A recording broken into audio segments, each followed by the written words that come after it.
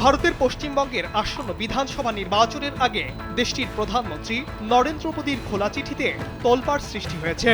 এই চিঠি প্রতিবেশী দেশটির রাজনীতিতেও নতুন মাত্রা যোগ করেছে।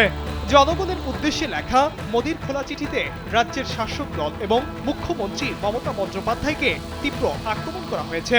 এতে সাধারণ ভোটারদের উপর কেমন প্রভাব পড়বে তা নিয়েই চলছে নানা জল্পনা।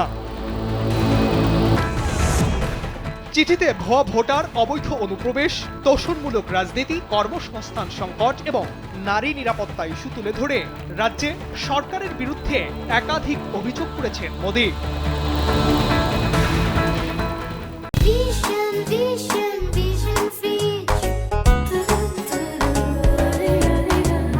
গৃহ সম্পর্ক অভিযান কর্মসূচির আওতায় এই চিঠি রাজ্যের বিভিন্ন প্রান্তে ঘরে ঘরে পৌঁছে দিচ্ছে নরেন্দ্র মোদীর দল বিজেপি। ফেব্রুয়ারির শুরুর দিকে আরম্ভ হওয়া এই প্রচার অভিযানে দলীয় কর্মীরা সাধারণ মানুষের সঙ্গে সরাসরি যোগাযোগ করছেন। সেই কর্মসূচির অংশ হিসেবেই মোদীর লেখা খোলা চিঠি বিতরণ করা হচ্ছে বলে জানিয়েছে ভারতীয় সংবাদ মাধ্যম। চিঠিতে মোদী লিখেছেন, আসন্ন নির্বাচন আগামী প্রজন্মের ভবিষ্যৎ নির্ধারণ করবে। ভোটারদের সুচিন্তিত সিদ্ধান্ত নেওয়ার আহ্বান জানিয়ে তিনি কেন্দ্রীয় সরকারের বিভিন্ন উন্নয়নমূলক প্রকল্পের কথাও উল্লেখ করেছেন। তার দাবি, স্বাধীনতার পর দীর্ঘ সময় পশ্চিমবঙ্গ দেশীয় অর্থনীতি ও শিল্পের অগ্রণী ছিল, কিন্তু বর্তমান প্রশাসনে অপশাসন ও তোষণমূলক রাজনীতির কারণে রাজ্য পিছিয়ে পড়েছে।